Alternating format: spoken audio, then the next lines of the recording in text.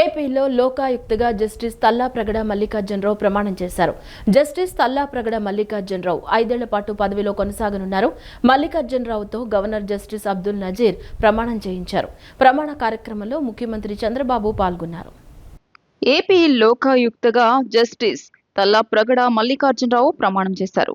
లోక్ భవన్ లో గవర్నర్ అబ్దుల్ నజీర్ తల్లాప్రగడచే ప్రమాణ స్వీకారం చేయించారు. ఈ కార్యక్రమంలో ముఖ్యమంత్రి చంద్రబాబు పాల్గొన్నారు. నియామకపు తేదీ నుంచి 5 ఏళ్ల పాటు ఆయన పదవిలో కొనసాగుతారు.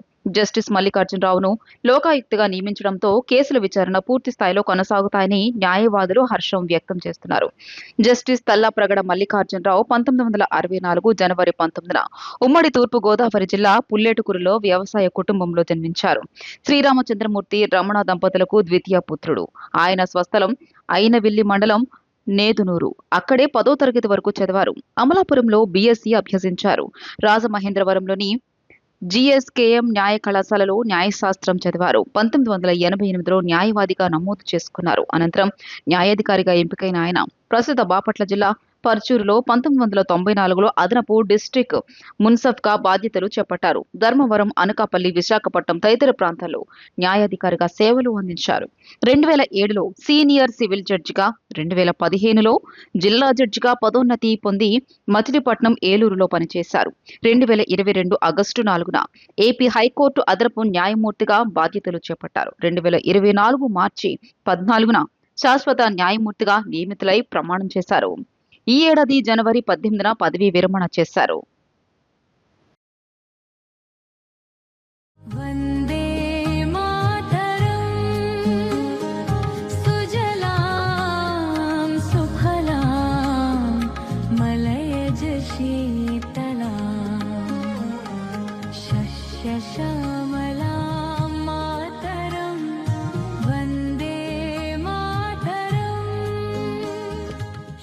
Having been appointed Lokayukta for the state of Andhra Pradesh, do swear in the name of God that I will bear true faith and allegiance to the Constitution of India as by law established, that I will uphold the sovereignty and integrity of India, that I will duly and faithfully and to the best of my ability, knowledge and judgment perform the duties of my office without fear or favor, affection or ill will, and that I will uphold the Constitution and the laws. Service ఉపాధ్యాయులకు TET నిర్వహించేందుకు పాఠశాల విద్యాశాఖ ప్రకటన విడుదల చేసింది. September 24 వరకు దరఖాస్తుల సమర్పణకు అవకాశం కల్పించింది. స్పెషల్ టీచర్ ఎలిజిబిలిటీ టెస్ట్ నిర్వహిస్తుండడం పట్ల విద్యాశాఖ మంత్రి నారా లోకేష్ హర్షం వ్యక్తం చేశారు. అంకిత భావంతో పనిచేసే ఉపాధ్యాయులు టెట్లో అర్హత సాధించి ఆత్మవిశ్వాసంతో తమ వృత్తిపరమైన ప్రయాణాన్ని కొనసాగించడానికి ఇది ఒక గొప్ప అవకాశమని ఆయన పేర్కొన్నారు.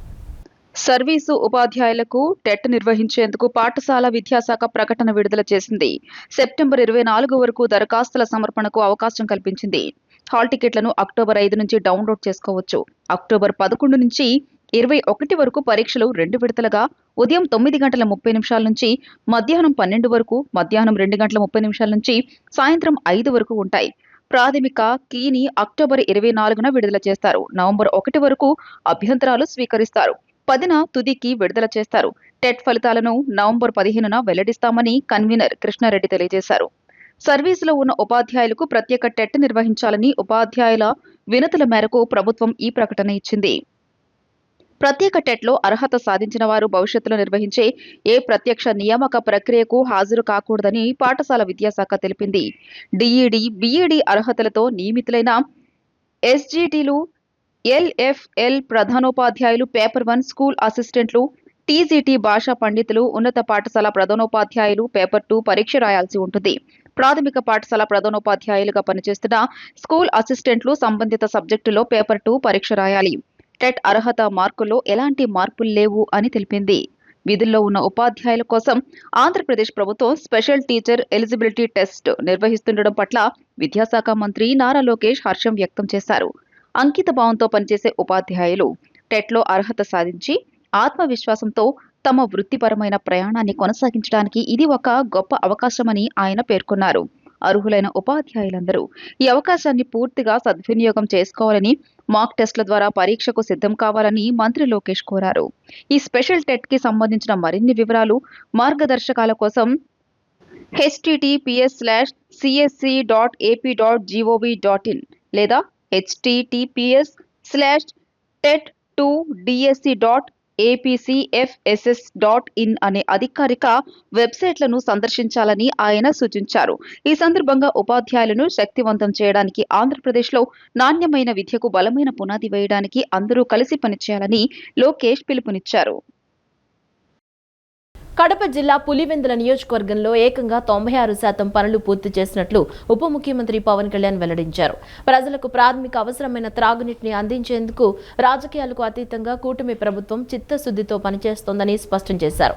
ఈ దిశగా గ్రామీణ త్రాగునీటి సరఫరా విభాగం అధికారులు ఈ మెగా వాటర్ గ్రిడ్ పనులను శరవేగంగా ముందుకు తీసుకువెళ్తున్నారని చెప్పుకొచ్చారు.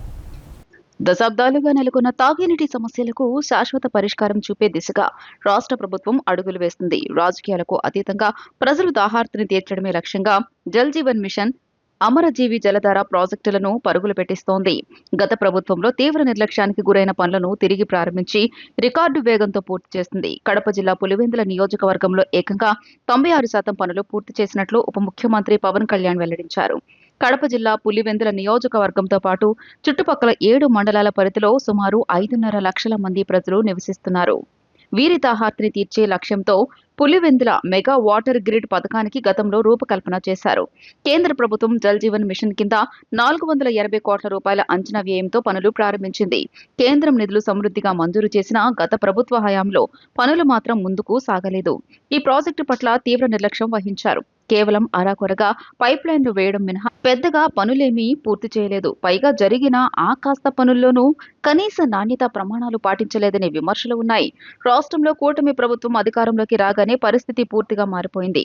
జల్ జీవన్ మిషన్ పనుల మీద జరిగిన తొలి సమీక్షలోని ఉప ముఖ్యమంత్రి పవన్ కళ్యాణ్ అధికారులకు కీలక ఆదేశాలు జారీ చేశారు. ఈ పథకాన్ని ప్రాధాన్య క్రమంలో ముందుకు తీసుకెళ్లాలని దిశానిర్దేశం చేశారు. అయితే అప్పటికే జల్ జీవన్ మిషన్ గడువు ముగిసిపోయింది. దీనివల్ల కేంద్రం వద్ద ఉన్న మిగులు నిధులు ఖర్చు చేసేందుకు వీలు లేకుండా పోయింది. ఈ నేపథ్యంలో వెంటనే రంగంలోకి దిగిన పవన్ కళ్యాణ్ కేంద్రంతో సంప్రదింపులు జరిపారు. ఆయన చేసిన ప్రత్యేక ప్రయత్నాలతో జల్ జీవన్ మిషన్ ను మరో 4 ఏళ్ల పాటు పొడిగించేందుకు కేంద్రం సానుకూలంగా స్పందించి అంగీకారం తెలిపింది. దీంతో పులివెందుల మెగా తాగునీటి సరఫరా పథకానికి మళ్లీ ఊపిరి పోసినట్లయింది. నిర్మాణ పనులను త్వరగా పూర్తి చేసేందుకు పవన్ కళ్యాణ్ ప్రత్యేక చర్యలు చేపట్టారు. గాడి తప్పిన పనులను దారిలోకి తెచ్చి పనులు వేగవంతంగా పూర్తయ్యేలా నిరంతరం పర్యవేక్షించారు. ఆయన నిబద్ధత ఫలితంగా ప్రాజెక్టులో 426 కోట్ల రూపాయల విలువైన 96% పనులు ఇప్పటికే పూర్తయ్యాయి. ఒక్క పులివెందుల తాగునీటి పథకానికే దాదాపు 280 కోట్లు కేటాయించి పనుల్లో వేగం పెంచారు. ప్రస్తుతం పులివెందుల, సింహాద్రిపురం మండలాలకు ఈ పథకం ద్వారా సురక్షిత తాగునీరు అందుతోంది. అటు లింగాలం మండలం పరిధిలోని 27 ఆవాసాలకు గాను 24 ఆవాసాలకు త్వరలోనే తాగునీరు అందనుంది. ఆంధ్రప్రదేశ్ను క్వాంటం టెక్నాలజీకి నాలెడ్జ్ హబ్గా అభివృద్ధి చేయాలనే లక్ష్యంతో క్వాంటం వ్యాలీని ఏర్పాటు చేస్తున్నట్లు మంత్రి నారాయణ తెలిపారు. ముఖ్యమంత్రి చంద్రబాబు స్వయంగా టవర్ల డిజైన్లను పరిశీలించి తుది రూపం ఇచ్చారని తెలిపారు. ముఖ్యమంత్రి, మంత్రి నారా లోకేష్ క్వాంటం వ్యాలీ ప్రాజెక్టును వ్యక్తిగతంగా కూడా పర్యవేక్షిస్తున్నారని అన్నారు. రాజధాని అమరావతిలో మంత్రి పొంగూరు నారాయణ పర్యటించారు.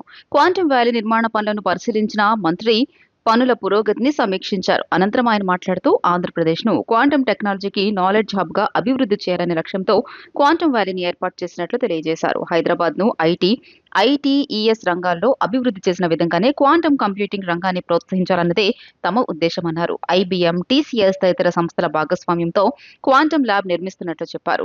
45,216 చదరపు అడుగుల్లో క్వాంటం వ్యాలీ భవనాన్ని నిర్మాణం చేస్తున్నామన్నారు.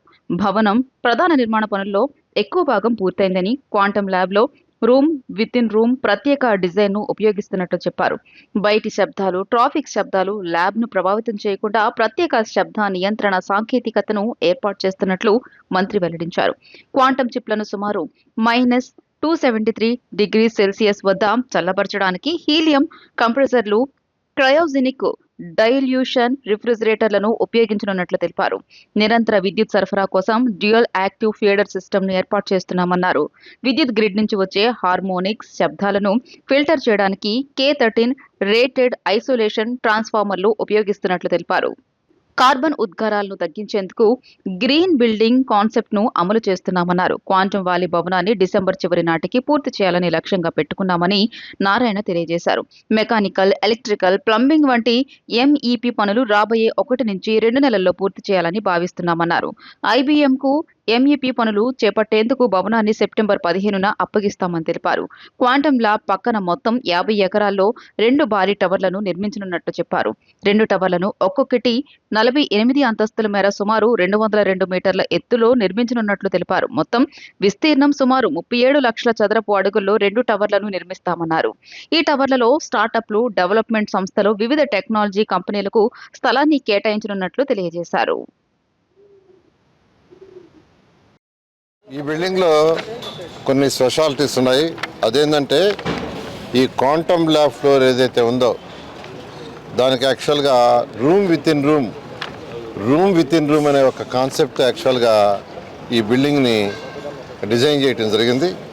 అదేవిధంగా భూమి నుంచి వెలువడే సిస్మిక్ శబ్దాలు, పరిసర ప్రాంతాల్లో వచ్చే ట్రాఫిక్ శబ్దాలను తాకకుండా జర్మన్ టెక్నాలజీతో యాక్చువల్గా దీన్ని రూపొందిస్తున్నారు. అదేవిధంగా సమర్థవంతంగా ఈ మిషన్స్ ఇవన్నీ పనిచేయటం కోసంగా ఈ యొక్క క్వాంటమ్ చిప్పులు -273 డిగ్రీస్కి చల్లబరచడానికి హీలియం కంప్రెషర్స్, క్రయోజనిక్ డైల్యూషన్ రిఫ్రిజిరేటర్ని ఇక్కడ యూజ్ చేస్తున్నారు. అదేవిధంగా ఎలక్ట్రిసిటీ నిరంతరంగా ఉండటం కోసంగా ఎటువంటి డిస్టర్బెన్స్ లేకుండా ఉండటం కోసంగా డ్యూయల్ యాక్టివ్ ఫీడర్లు, అంటే ఒక ఫీడ్ అయినా 2 ఫీడ్ ఉంటుంది లైవ్లో, అలాంటి సిస్టమ్ తీసుకొచ్చారు. నాణ్యమైన లో వోల్టేజ్ సమస్య లేకుండా విద్యుత్తును అందించడమే లక్ష్యంగా విద్యుత్ సబ్స్టేషన్ల నిర్మాణం వేగవంతం చేసినట్లు విద్యుత్ శాఖ మంత్రి గొట్టిపాటి రవికుమార్ పేర్కొన్నారు. గత ప్రభుత్వం నిర్వీర్యం చేసిన విద్యుత్ సబ్స్టేషన్లు 50కు పైగా ఉన్నాయని, వాటిని పూర్తి చేసేందుకు తక్షణ చర్యలు తీసుకున్నట్లు చెప్పారు. గత ప్రభుత్వంలో 9 సార్లు కరెంటు ఛార్జీలు పెంచారని, విద్యుత్ 13 పైసలు ట్రూ అప్ ఛార్జీలు ఈ ప్రభుత్వంలో తగ్గించామన్నారు. పరిశ్రమలు, వ్యవసాయం అన్ని రంగాల్లో ముందుకు సాగాలంటే విద్యుత్ ఎంతో ముఖ్యమైనదని, అందులో నాణ్యమైన లో వోల్టేజీ సమస్య లేకుండా విద్యుత్ను అందించడమే లక్ష్యంగా విద్యుత్ సబ్ స్టేషన్ల నిర్మాణం వేగవంతం చేసినట్లు విద్యుత్ శాఖ మంత్రి గొట్టిపాటి రవికుమార్ పేర్కొన్నారు. 2014-19 గత టీడీపీ ప్రభుత్వ హయాంతో మంజూరైన విద్యుత్ సబ్ స్టేషన్ను గత ప్రభుత్వం అటకెక్కించిందని, రాష్ట్రం మొత్తం మీద ఇటువంటి విద్యుత్ సబ్ స్టేషన్లు 50కి పైగా ఉన్నాయని, వాటిని పూర్తి చేసేందుకు తక్షణ చర్యలు తీసుకున్నట్లు చెప్పారు. ఎల్నిలో ఎఫెక్ట్ ఉన్నా సరే విద్యుత్ కనెక్షన్లు అధికంగా ఉండడంతో పచ్చదనంగా ఉందని అన్నారు. సీఎం చంద్రబాబు నాయకత్వంలో కూటమి ప్రభుత్వంలో అభివృద్ధి జరుగుతుందని చెప్పడంలో ఎటువంటి సందేహం లేదని అన్నారు. 1996లో నాడు చంద్రబాబు వెలుగొండ శంకుస్థాపన చేశారని, ఈ నెల 31న చంద్రబాబు ప్రారంభిస్తున్నారని అన్నారు. గత చరిత్రను వివరించారు. అదేవిధంగా చెప్పిన విధంగానే మార్కాపురం జిల్లా ఇచ్చామని, అద్దంకి, కందుకూరు నియోజకవర్గాల్లో ప్రకాశం జిల్లాలో కలుపుకున్నామని వివరించారు. గత ప్రభుత్వంలో 9 సార్లు కరెంటు ఛార్జీలు పెంచారని, విద్యుత్ 13 పైసలు ట్రూ అప్ ఛార్జీలు ఈ ప్రభుత్వంలో తగ్గించామని అన్నారు. చాలా చోట్ల కరెంటు ప్రాబ్లమ్స్ వచ్చాయి. కరెంటు ఉత్పత్తి ఉన్నా సరే దాన్ని సరైన సక్రమంగా ట్రాన్స్మిషన్ చేయాలంటే ట్రాన్స్మిషన్ సబ్స్టేషన్స్, లైన్స్ కూడా ఉండాలన్నమాట. వాళ్ళు ఈ ప్రభుత్వం వచ్చిన తర్వాత తాళ్ళూరు ప్రాంతంలో ఈ చుట్టుపక్కల రైతాంగానికి, అదేవిధంగా చేన్కుర్తి ప్రాంతానికి అన్ని చోట్లకి ఉపయోగం కాబట్టి ఈ సబ్స్టేషన్ ఇమీడియట్ గా 20 నెలలు పట్టింది మాకు కంప్లీట్ చేయడానికి. కంప్లీట్ చేసి వాళ్ళ ప్రారంభించుకోవడం జరిగింది. ఇట్లాంటి సబ్స్టేషన్స్ దాదాపు 6,000 కోట్లు ఖర్చు పెట్టి చేస్తా ఉన్నాం. అన్ని కూడా కంప్లీట్ అవుతా ఉన్నాయి. ఈ నెల, వచ్చే నెలలో ఇట్లాంటి సబ్స్టేషన్స్ రాష్ట్ర వ్యాప్తంగా ఇంకొక 8 సబ్స్టేషన్స్ ఓపెన్ చేయబోతున్నాము. దీంతో పాటు ఈ ప్రభుత్వం వచ్చిన తర్వాత 13 సబ్స్టేషన్స్ మళ్ళీ టెండర్ పిలిచి మళ్ళీ ప్రారంభించడం జరిగింది. అన్ని కూడా పనులు జరుగుతూ ఉన్నాయి. మళ్ళీ రేపు రాబోయే రోజుల్లో ఇంకా చాలా ఉన్నాయి. చాలా ప్రాంతాల్లో 20 సబ్స్టేషన్స్, ఇవన్నీ కూడా ట్రాన్స్కో సబ్స్టేషన్స్ అనమాట. 132 కానీ, 220 కానీ, 400 kV సబ్స్టేషన్స్ కానీ, ఇవన్నీ కూడా మనం ఉత్పత్తి చేసే కరెంటు అగ్రికల్చర్కి కానీ, ఇళ్లకు కానీ, షాపులకు కానీ, ఇండస్ట్రీస్కి కానీ వెళ్ళాలంటే సక్రమైన సబ్స్టేషన్స్ ఉండాలి, లైన్స్ కూడా ఉండాలని. దాంట్లో భాగంగా ఇవన్నీ కూడా చేస్తున్నాం. ఇవాళ ఈ కాన్స్టిట్యున్సీలో, దర్శి కాన్స్టిట్యున్సీలో 27 కోట్లు పెట్టి సబ్స్టేషన్ నిర్మాణం చేయడమే కాకుండా ప్రారంభించాం. ఇది కాకుండా ఆర్డీఎస్ఎస్ 90 కోట్లతో ఆర్డీఎస్ఎస్ చేస్తున్నాం. వైసీపీ అధినేత వైఎస్ జగన్మోహన్ రెడ్డిపై తెలుగుదేశం పార్టీ పోలిట్ బ్యూరో సభ్యుడు యనమల రామకృష్ణుడు తీవ్ర ఆగ్రహం వ్యక్తం చేశారు. తనను తాను రక్షించుకోవడానికి తన పార్టీలోని బీసీ నాయకులను నేర లేదా అవినీతి కేసుల్లో ఇరికించడమని యనమల ఆరోపించారు.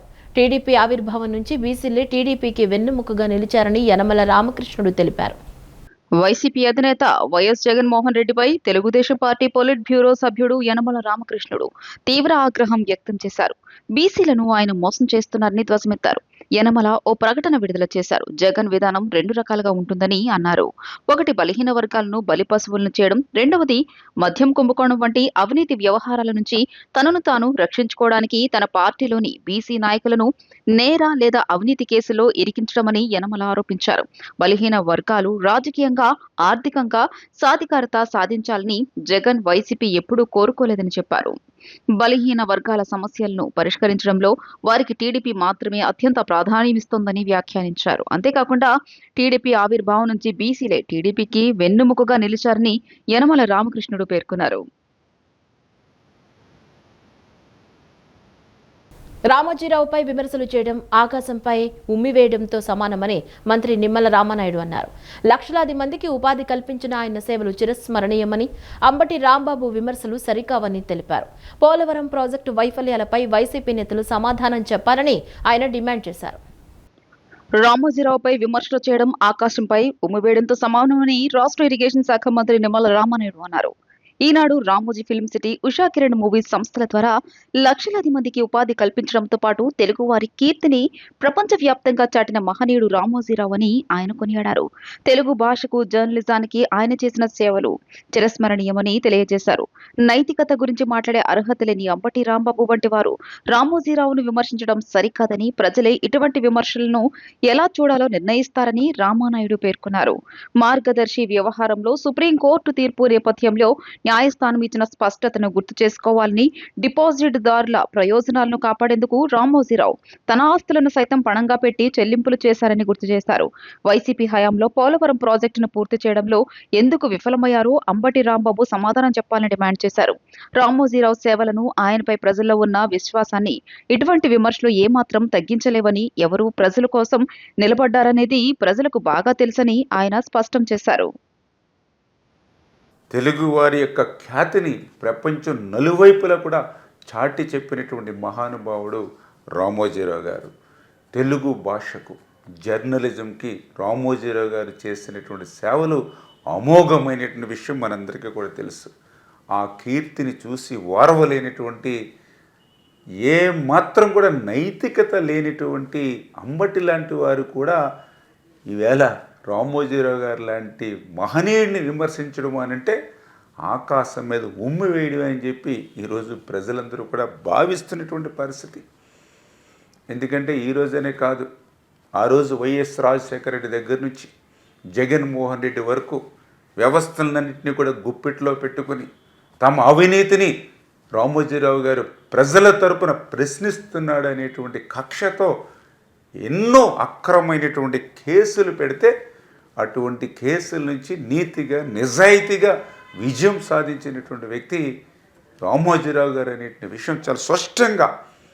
ఎందుకంటే ఒక పత్రికా రంగంలో కానీ, ఒక వ్యాపార రంగంలో కానీ, ఒక జర్నలిజం రంగంలో కానీ తెలుగోడి యొక్క సత్తా ప్రపంచంలో చాటి చెప్పినటువంటి పద్మవిభూషణ్ రామోజీరావు గారి గురించి నైతికత లేనటువంటి అంబటి మాట్లాడడం అని అంటే చాలా చాలా విడ్డూరంగా ఉన్నటువంటి పరిస్థితి అని చెప్పి సందర్భంగా తెలియజేస్తూ, ఎవరైనా డిపాజిట్స్ రాకపోతే వాళ్ళు కోర్టుకి రావచ్చు అని చెప్పి కోర్టు ఆహ్వానిస్తే ఏ ఒక్క డిపాజిట్దారుడు కూడా కోర్టు మెట్లెక్కలేదు అని అంటే అది రామోజీరావు గారి మీద ఉన్నటువంటి నమ్మకం, రామోజీరావు గారి మీద ఉన్నటువంటి నీతి, నిజాయితీకి.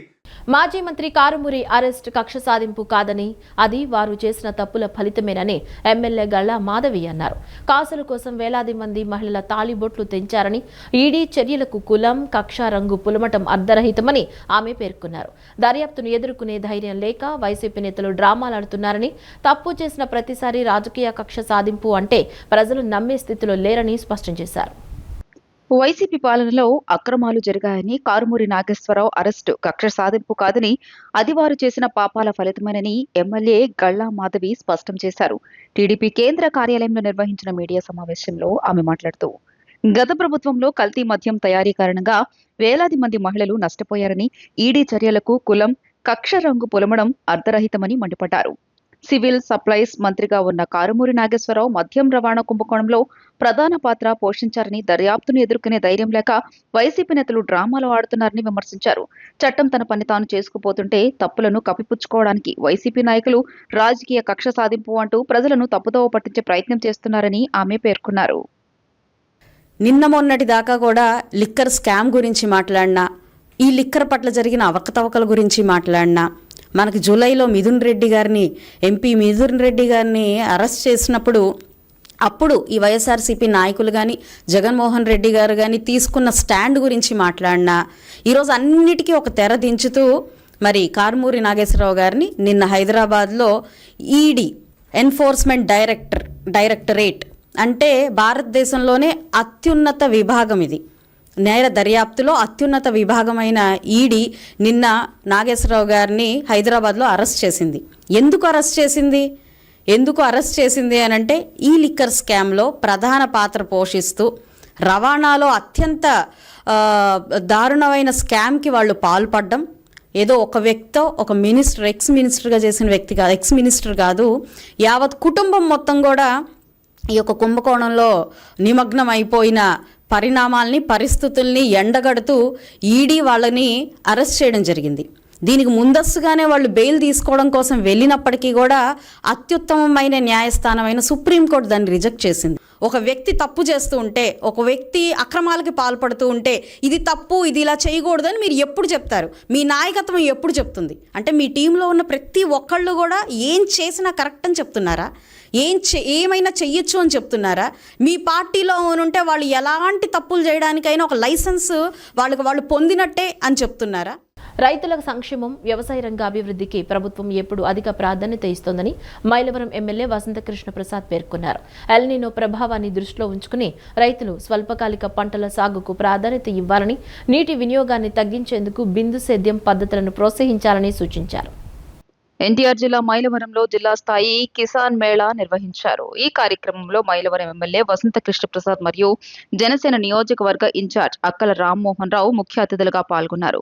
రైతులు ఆధునిక సాంకేతిక పరిజ్ఞానాన్ని, శాస్త్రీయ పద్ధతులను అవలంబించి తక్కువ పెట్టుబడితో అధిక దిగుబడులు సాధించాలని, తద్వారా వ్యవసాయాన్ని లాభసాటిగా మార్చుకోవాలని ఎమ్మెల్యే వసంతకృష్ణ ప్రసాద్ పిలుపునిచ్చారు. ఈ మేళాలో భాగంగా వ్యవసాయ అనుబంధ శాఖల ఆధ్వర్యంలో విజ్ఞాన ప్రదర్శనను ఏర్పాటు చేశారు. ఎల్నినో ప్రభావాన్ని దృష్టిలో ఉంచుకుని రైతులు స్వల్పకాలిక పంటల సాగుకు ప్రాధాన్యత ఇవ్వాలని, నీటి వినియోగాన్ని తగ్గించేందుకు బిందు సేద్యం పద్ధతులను ప్రోత్సహించాలని సూచించారు. అలాగే సేంద్రియ ఎరువులు, సహజ వ్యవసాయ విధానాలను వినియోగించడంపై శాస్త్రవేత్తలు రైతులకు అవగాహన కల్పించారు. రైతుల పంట సమస్యలపై నిపుణులు ముఖాముఖి నిర్వహించి తగిన పరిష్కార మార్గాలను సూచించారు. రైతుల సంక్షేమం, వ్యవసాయ రంగ అభివృద్ధికి ప్రభుత్వం ఎప్పుడూ అధిక ప్రాధాన్యత ఇస్తోందని, ఇటువంటి కిసాన్ మేళాలు రైతులకు శాస్త్రీయ విజ్ఞానాన్ని అందించడంలో కీలకమని ఈ సందర్భంగా వక్తలు అభిప్రాయపడ్డారు. ఈ కార్యక్రమంలో వివిధ శాఖల అధికారులు, శాస్త్రవేత్తలు, ప్రజాప్రతినిధులు మరియు పెద్ద సంఖ్యలో రైతులు పాల్గొన్నారు. కాకినాడలో జరిగిన ఏఈ నూకరాజు కుటుంబం ఆత్మహత్య ఘటన తీవ్ర విషాదం నింపిందని, దీని వెనుక లవ్ జిహాదీ కోణం ఉందని Bharatiya Janata party ఆరోపిస్తోంది. Rifle shooting శిక్షకుడిగా పనిచేస్తున్న సాదిక్ ఖాన్ బాధితురాలిని బ్లాక్మెయిల్ చేసి కోట్ల రూపాయలు వసూలు చేయడంతో పాటు కుటుంబంపై దారుణాలకు పాల్పడ్డాడని ఆరోపణలు వచ్చాయి. ఈ ఘటనపై సమగ్ర విచారణ జరిపి నిందితుడిని కఠినంగా శిక్షించాలని కోరుతూ అడిషనల్ డీసీపీకి వినతి పత్రం సమర్పించారు. పోలీసుల పనితీరు, లవ్ జిహాద్ కేసులపై రాష్ట్ర ప్రభుత్వం, డీజీపీ స్పందించాలని బీజేపీ డిమాండ్ చేస్తోంది. ఈ సంఘటన కేవలం పోలీస్ వ్యవస్థ ఏదైతే ఉందో ఇటువంటి లవ్ జిహాదీ పట్ల వారి సానుకూలమైనటువంటి వాతావరణం లేని కారణంగా ఈరోజు నా కుటుంబం ఆత్మహత్య చేసుకుంది.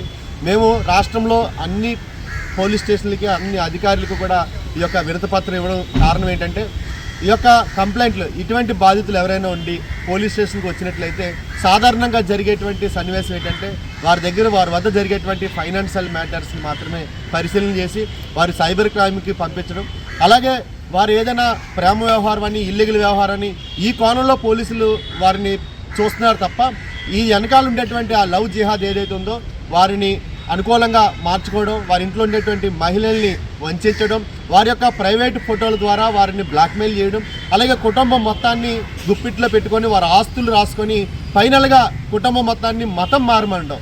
ఇదొక ఏదైతే ఈ యొక్క ఉగ్రవాద ఆలోచన ఏదైతే ఉందో దీని కోణంలో ఉగ్రవాద ఆలోచనలతో చేస్తున్నటువంటి యొక్క లవ్ జిహాదీని పరిశీలన చేయాలి. దీని మీద కఠినంగా పోలీసులు పనిచేయాలని మొత్తంలోకి మారాలనేటువంటి ప్రేరేపణ చేసి మారకపోతే ఆత్మహత్య శరణమైనటువంటి పరిస్థితి కల్పించినటువంటి సాదిక్ ఖాన్ యొక్క అరెస్టుని మేము అభినందిస్తూనే ఈ విషయంలో స్పందించాల్సినటువంటి విధానం ఏదైతే ఉందో ప్రభుత్వ అధికారులు ఉన్నప్పుడు కూడా సామాజికమైన సమస్య పట్ల హోమ్ మినిస్టర్ గారు మాట్లాడాల్సినటువంటి అవసరం ఉంది.